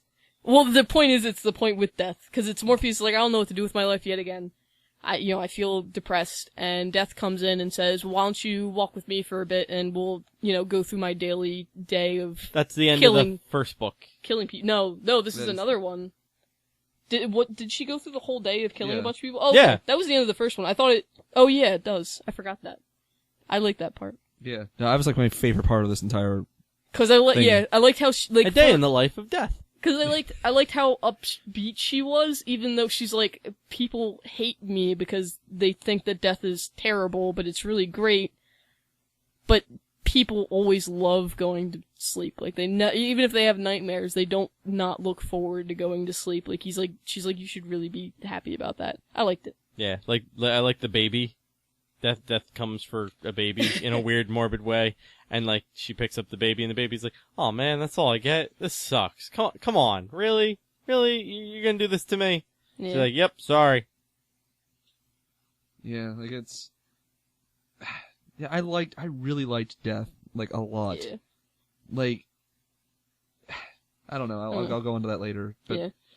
Book 2, I say I like Sandman. I like it a lot, mostly because I want to know more. Because the first book was great, and it was a great setup, like a beginning place to learn about Morpheus and to learn about Death and to learn about all these people. But after that, I kind of really just wanted to delve into the dream world and the underworld, and I didn't want to hear more about more real life people. I wanted to hear more about the not real life people. I wanted to learn more about Morpheus and Lucifer and Death, and I liked the stuff that we did learn about Desire, because Desire was a really cool character. Yeah, Desire's cool. I think the people in the house were cooler than Desire. I like Desire. I don't know. I didn't like Desire very much myself. She only got 4 pages. Yeah, I was gonna say she did. I think her idea. They is only awesome. got. They only got. But they only got a couple pages. I just like the design of it, like the fact that it was a woman, a man, and a not all the because it was what people desire. I liked it, and I liked the house even was described as a place that had many winding roads, and you could get severely lost in it. But the center part that all the roads were leading to were the heart. Like that was so cool and symbolic. It was nice. I liked all of Desire's design for as much as they were there for those 2 pages. I don't know. Yeah. It's me. No, that makes sense. Sorry. People in the household were cool. They were very interesting. That's how do you even land upon a house with everybody in the house being I guess Barbie and Ken weren't interesting, but that was the most interesting part about them. Yeah, is that they finished each other's sentences perfectly and looked like... And then their dreams matching up with them, which was, it was great. The people in the house... And there was Zora and... Zelda, and... Did I say Zora? What do I do? I'm still trying... What's her name from Wonder Woman? Yeah, Zola. I can't... I wanted to... You know what? I don't... It's Zelda, and it's a C name. Yes, I'm having trouble with hers. Chantal, yes. and Zelda. Gilbert. Chantal? I don't know. Ben and then what's the is he Ben? I forget what was the name of the Hal Carter. There Hal. is the guy who runs everything. Not Hal Jordan, which would have made this book way better. Did you get that vibe too? I don't know why I thought he was a Green Lantern. I really wish that was Hal Jordan. This book would have been so much better if it was. That would be so cool. It wasn't. It was cool and then there's missed opportunity. Then Gilbert, who doesn't initially get he's like, oh, Gilbert lives upstairs. He just stays up there. Mm-hmm. And then he becomes the most important. Oh, yeah. And then I don't think I mentioned that. He becomes, he is the Fiddler's Green, which was the fourth missing entity from the Dreamscape. It was just great because which is a place, not a person. Yeah, which was pretty awesome. Which I loved his explanation too. He's like, oh, you were gone and I wanted to see what it was like to be a person. It was cool because it was like, I'm sorry for running away. Yeah, because like Morpheus is like, Fiddler's Green is always so honest and so great, and this like, reliable person, with the field, but a reliable field.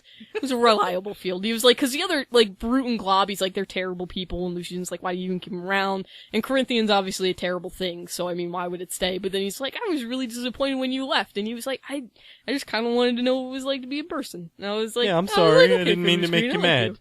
You're back now, so I can come back, and I'll be a good little field. I feel like that kind of, I mean, I don't get the whole hereditary thing. That kind of, that thing kind of saved almost the ending for me, because I did like that he came in here no real reason, and like, Rose is like, Gilbert, what are you even doing here? Like, this is a dream realm. And then like, Morpheus is like, you're the Fiddler's Green. And it's like, oh, that's, it was really cool, because you like almost forgot about it, because you're following the Corinthian and the Blob and Brute. So it was, I don't know, I liked it. The heart thing was kind of weird, but I did like that Gilbert came out was the Fiddler's Green. That's why he knew to summon Morpheus, and he, was so helpful with everything. Yeah, like I think my issue with the second volume largely comes from the story at the very beginning being like, okay, I get where this is coming from, because they reveal later on that Nada was a vortex, or that was destroying the dreams, apparently, even though that didn't come up in the first story. Yeah. And that Rose was, the very end of it, where Rose is also a vortex, which could have been a fine concept. The same, again, I'm going to say her name, Zola from Wonder Woman. Oh, yeah. Yes. Yeah. The same way that Zola, no, I'm not saying Zelda, no, darn it. Yeah. Zola, I've now completely lost my train of thought. Rose could have been this vortex. It could have been an issue. It could have been something handled. But then, instead of being murdered, her grandmother, Unity, who was asleep before, was like, oh, well, it should have been me, but it got passed on hereditarily. I'm like, what? I mean, I get, why? Yeah. How do you have this knowledge? What is this? I guess I wouldn't even been so bothered if I cared more for Rose. Cause I didn't, like, Rose was cool and all, but it was like one of those things where I was like, that's cool. I mean, if Rose has to give her life to, it's not like we had all this development where she, yeah, I mean, I guess, maybe. I cared. I mean, I thought she was well written in the I cared for her way. When I found out she was going to have to die, I was like, oh, that kind of sucks.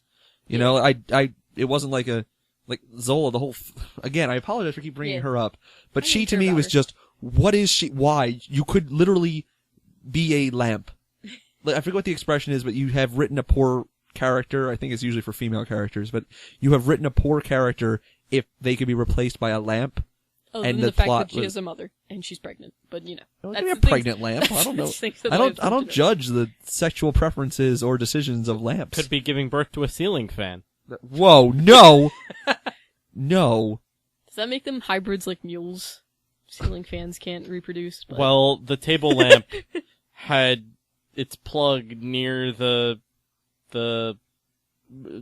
oscillating fan, and now they're gonna have a ceiling fan as a child. I smell sitcom. But ceiling fans don't always have lights. Most of the time they do. Some of the ornate ones do. Alright, this is the second podcast, I think, now in a row where we've discussed light fixtures and probably fans.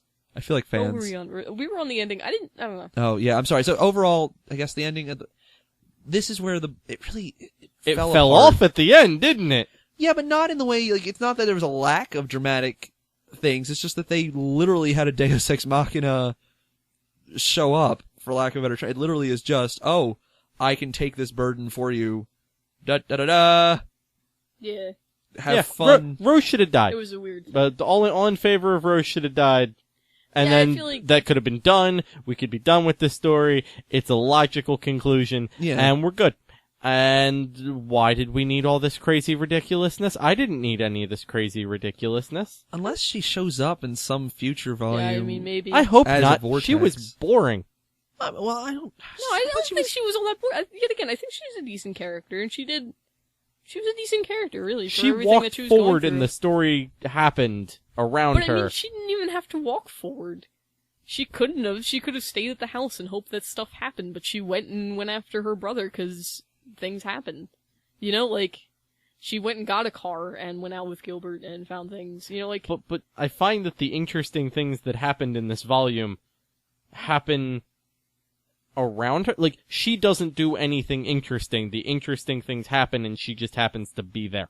Well, I mean, Yeah, she... but that's Like, Isn't she the- goes to a house That's and most- all the other people in the house are interesting. She goes that and house is that house crazy. is amazing. I don't know how how does that happen? Speaking, that's what we Oh, were talking. yeah, we oh! were talking about how those people were awesome. Yeah, the women. And then I somehow got off topic because we were on Zelda and and yeah, Chantel. and Chantel, Chantel, who Ben and collects Harvey. spiders. yes, Which- and they're and they were- like in veils the whole time Yeah. with spiders on them. I presume alive, but I have no idea. Yeah, they could. It's be. drawn. Yeah, It could be 2D spiders, could be 3D spiders. It's on a 2D page. 4D spiders. No, don't you dare have fourth dimensional time traveling spiders. That would be the worst thing.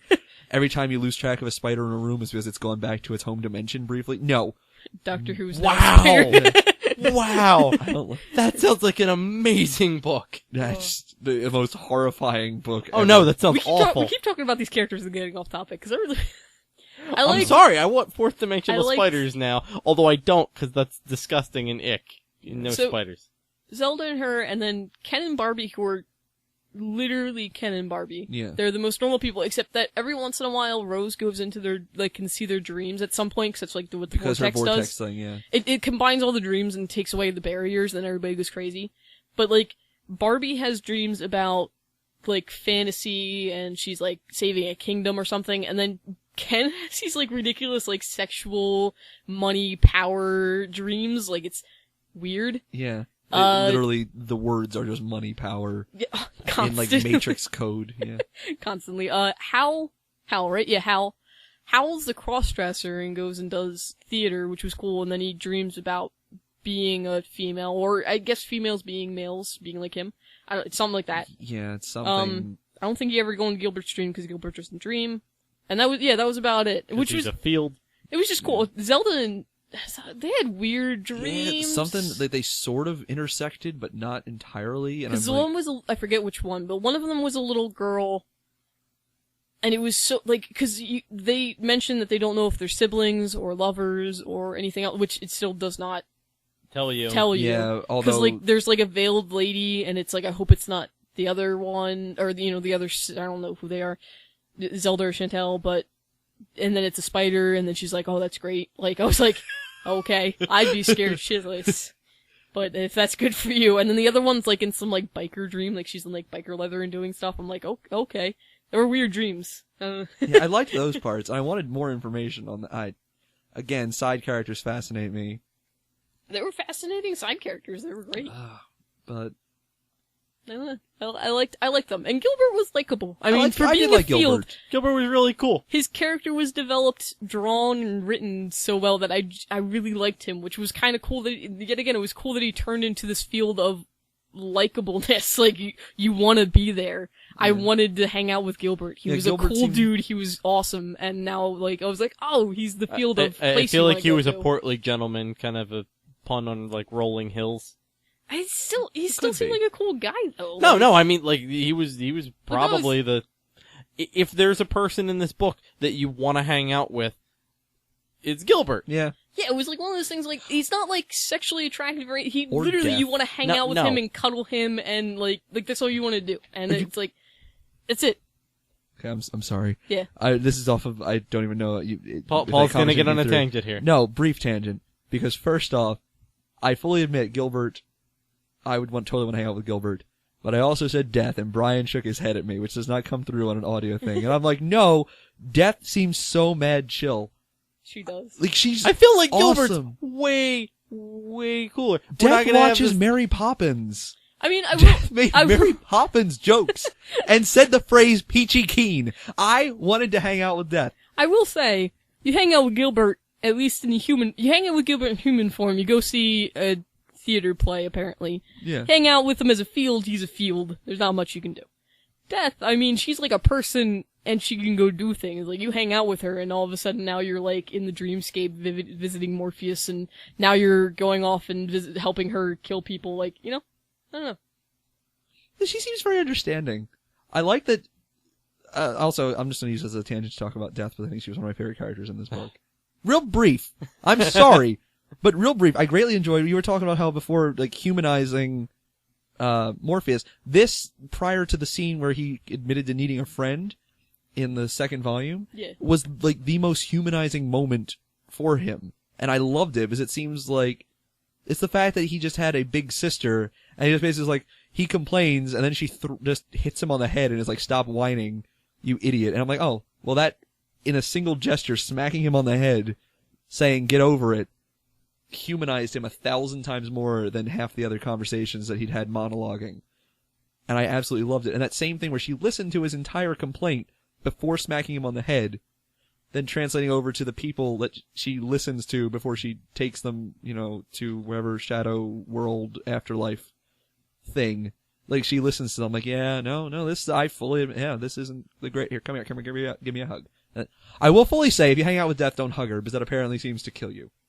But Maybe. I don't know. Potentially. But anyway, I liked Death as a character. I thought her being an older sister to Morpheus did a lot for him personally. So I'm going to mention a thing separate because I guess we're getting near the end. Maybe I guess. I mean, I did my rant. So. Yeah, I liked the writing in this. And I like the writing. There's a point I wanted to bring up in the second book that I like the writing. Morpheus has a crow familiar, I guess you could call him. Matthew. He was apparently, Matthew. He was apparently a guy. He died, and then Death was like, "You could be a crow." And he was like, "That sounds chill," so he doesn't. But he's going back and forth and getting information and doing stuff, and he's keeping an eye on Rose while Morpheus is running around and doing stuff.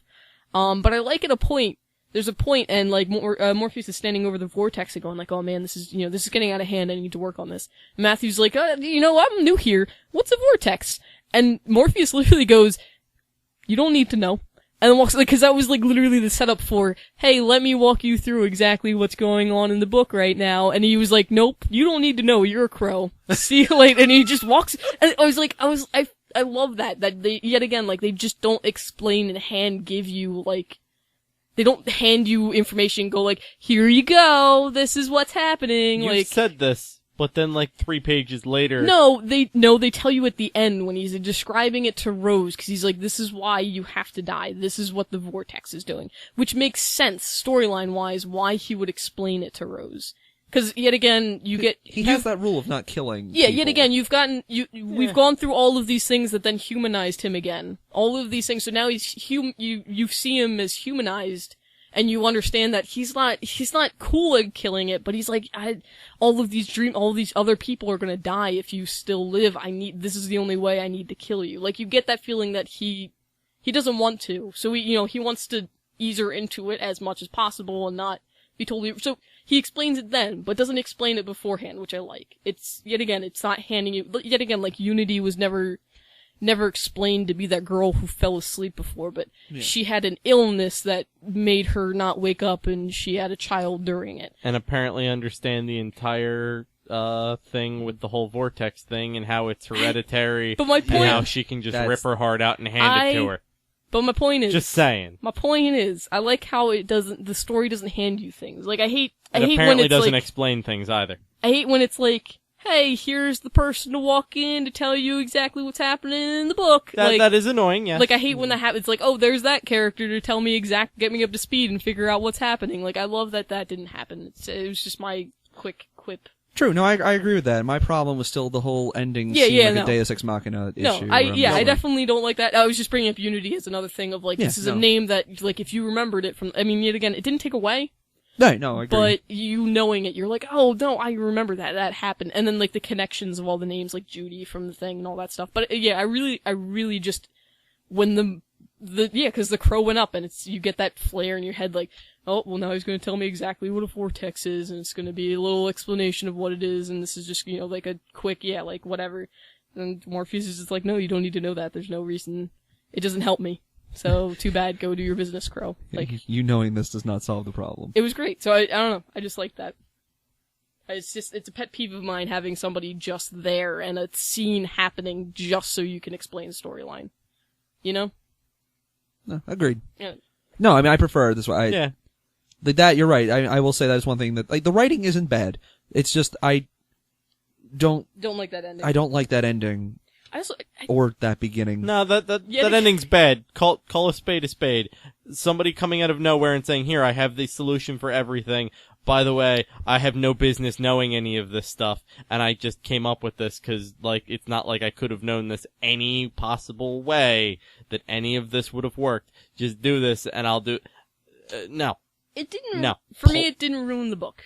As much as it did Brian. It apparently ruined the whole story. It didn't ruin the book. It was like, that dumb. Stinks that ending happened that way, but I enjoyed the rest of it. That was like, how do you know this is gonna work?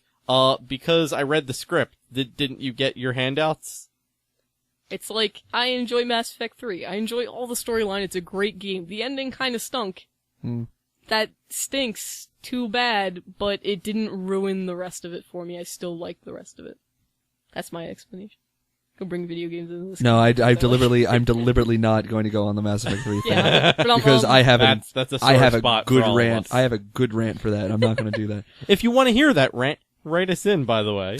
Maybe we'll do a special episode. I like having microphones. I'll talk into them. The one thing I didn't like about this book compared to Volume 1 is, yet again, I'm not a big gore person, and I really was uncomfortable with the serial killers. Like, there was some funny parts of it, but then the fact, like there was a lot of, like, the Corinthian was collecting eyeballs and eating them, which wasn't terrible, but then describing, like, some of the people's, like, taking the skins off, and the other guys, like, a lot of it, and wasn't like, necessary. children and stuff, like, it was, like, the convention part where it was, like, showing the panels was kind of funny, and there was some lighthearted parts of it, but it threw me off. I didn't like it that much. I mean, it was well written. It was, everything was great. It was just, I don't know, it threw me off. I guess there's some people who might watch more like, like psychopath, like, TV shows and stuff like that, or maybe read the stuff more often and it's something that's familiar and it's something they like. I just didn't. Yeah, I didn't, I didn't like that either. I'm glad you brought it. I completely glossed over it in my brain. It's one of those things, it's like 1/3 of the, it's not 1/3, it's like 1/4 of the book, maybe. Yeah. Where they're at the convention, they're talking about and stuff's happening, and it really just serves no purpose. And None. I mean, it's zero. I mean, it's the Corinthian storyline, and it keeps her there, but I don't. But it was already. Yeah. But it wasn't even like she and the Corinthian had a run-in or anything, and he was already murdering people prior to the convention, where that could have played a role. Like, those two things could have been separate storylines. That Morpheus could have gone after the Corinthian at a convention somewhere or done a thing, and then Rose could have just been stuck at a hotel and then attacked by a robber or something like that. That could have happened. It really could have been anything. But I mean, I guess if you're saying... Could have poked her with a pillow. If you're saying that, I guess it kind of tied the things together to have them at the same place. Instead of having them completely separate places, like going back and forth between a hotel and different areas, it's like, they're happening at the same place. I guess that makes sense. It's just one way or another. Having the serial killers convention, describing some of the serial killers and what they do, it just, it threw me off. That was just my, yet again, like the first book, I didn't like too much of Dr. D's stuff because some of it did get a little heavy and I was just like, it threw me off. That's just me personally. It's not like it was poorly written or drawn or anything like otherwise detracted. It's just I didn't like that. Yeah, no, I mean I agree. That's one thing I will say since you mentioned Dr. D again. Like, I loved the stuff with Dr. D up to, like, where he was escaping Arkham and when, he hitchhiked forcefully hitchhiked a ride with that woman. Yeah. I loved it.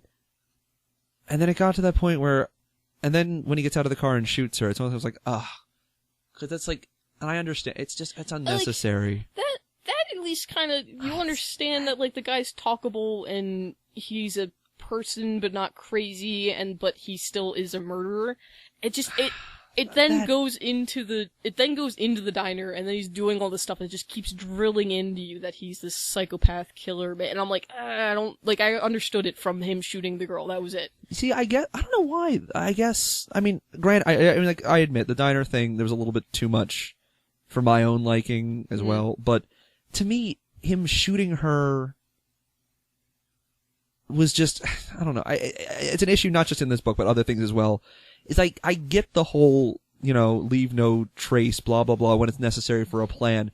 But there really was no need, because based on the conversation, she wasn't going to call, She wasn't going to call the police. He was going to murder everybody all at the same time. It seemed unnecessary. Why did you do that? That's the issue. I feel like, my point is, I feel like you could have done that. You could have done that and shown that he was willing to kill people and enjoyed the fact that he was watching the person being killed, and then put him into the diner and kind of hinted at what was happening, but not show exactly, because at that point then you could have been like, okay, well obviously he's doing terrible things because he's a terrible person. Yeah. Like, I didn't need to see I could understand doing that first part, showing that he's a terrible like that character development of, he may be, like, cool to talk to, but he's still a terrible, terrible person, a psychopath. Now he's going into a diner and causing all sorts of craziness. Your brain kind of goes, okay, well, he's doing crazy, nasty stuff in there. And I didn't have to see any of it. Okay. No, see, he's ordering his eggs over easy. What? Yeah, okay. Well, first off, because then you can use toast to scoop up. But the best right? part of eggs. Yeah, right? But yeah, okay. So just not that, to me, that annoys me, because that's one of those things where it loses. It's the same thing. It took any sympathy, but they built him up. I don't want to say sympathetic, but I mean, like, you understand him. They went through all this way. His conversation with Scarecrow. You already established that he is coherent and cognizant of things. Yeah. You then go in and you get, like, some backstory through the conversation. It just seemed unnecessary. Yeah, because my point is, I feel like even after getting out of the car, he's almost too sane at that point, because you almost have too much sympathy for him, because he escaped, because he's like, I don't want to be here anymore. He says he wants to destroy the world, but I mean, somebody could just be angry getting out of a asylum, being locked in for so many years. So I feel like it just drove his character, but that's just me. Yeah, you're saying. No, I guess I just felt like the diner would have done that sufficiently. Yeah, maybe not knowing Dr. D, it was harder for me to immediately look at him and go like, oh, that's a crazy person. Like, I assumed he was just a character made for this. Or like a killer. Okay. I guess. See, to me, I just felt like it was overkill, but what do I know? Okay. We all just made noises at the mic. It's overkill. He's a I killer. I get he kills it. people. Because with murder and brain psychics. But so, ending rating, I guess, right? We're good? Everybody's... Yes. I think, yeah, I said... That's enough ranting I went for through, one episode. Yeah, death is awesome. Yeah, I might... Yet again, I'm still on the fence between 4 and 5. With book 2, I might be closer to 4, just because, yet again, the stuff kinda, the stuff kinda threw me off. Also, yet again, like I said, I like the human characters are good, and they're well written, and they're cool. After the first book, I really just wanted to learn more about Cain and Abel and the stories, all the other stories that might be there. I wanted to learn more about, bringing up his castle in the dream world, or even going into, the underworld, or going to Desire's castle and looking at, I'd almost rather have conflict and stories between the bigger gods sort of and like stuff. what Fables did. How Fables went, oh, this is a thing, and then, oh, here's our realm. Yeah. Yeah, like that would have been cool for this. Yeah. Yeah, literally, I almost wanted to just have a story about the underworld versus the dream world or something. I almost just wanted more information about those people, Right. as opposed to real people. I don't know, real people are not interesting. Oh, I mean, yeah, being a real person, I kind of get the gist of them. But Dollhouse was still really good. I liked a lot of the characters. Rose was still well written. I like Gilbert a lot. He's just such a cool guy. Gilbert's chill. Gilbert's chill. Corinthian's really creepy. Mouth eyes are not good. They're not, no. And then eating eyes is weird. But, yeah, so a little gory and a little weird, a little off-putting for me, but I still really like them. I like the storylines, and I like the things that they do. So, yeah, like a 4. I'm gonna do it now. For 2 stories, I'm gonna go down. Okay. Yeah, okay, I guess my review, looking strictly at Volume 2, I like that they tried to humanize Morpheus a little bit more. This was something needed in the first. I don't know, like, necessarily where they would have put it, but this kind of thing, for me to relate to him, that story helped out a ton. Like I said, like the end of the first volume with a little bit with death, and that there actually made him more of a person that I could kind of get behind his decisions a little bit more. But Volume 2 as a whole, I didn't like the Deus Ex Machina ending. It felt like that to me. The story at the beginning, because it was designed, looked like to set up the ultimate payoff, but then it didn't matter. To me, it kind of annoyed me. And, yeah, the story itself was fine, but yeah, the serial killer stuff was way too long, so I mean, really, what's that leave us with? Yeah. I mean, I liked that Unity was related to it, so there was like a tie-in from characters from the first book again, and I liked the stuff. Desire was a cool character. I liked that whole idea. But so yeah, I guess my rating for the volume itself would probably be a 2. Because again, the art's fine, everything's fine. It's not my cup of tea, as I said before, but it is what it is.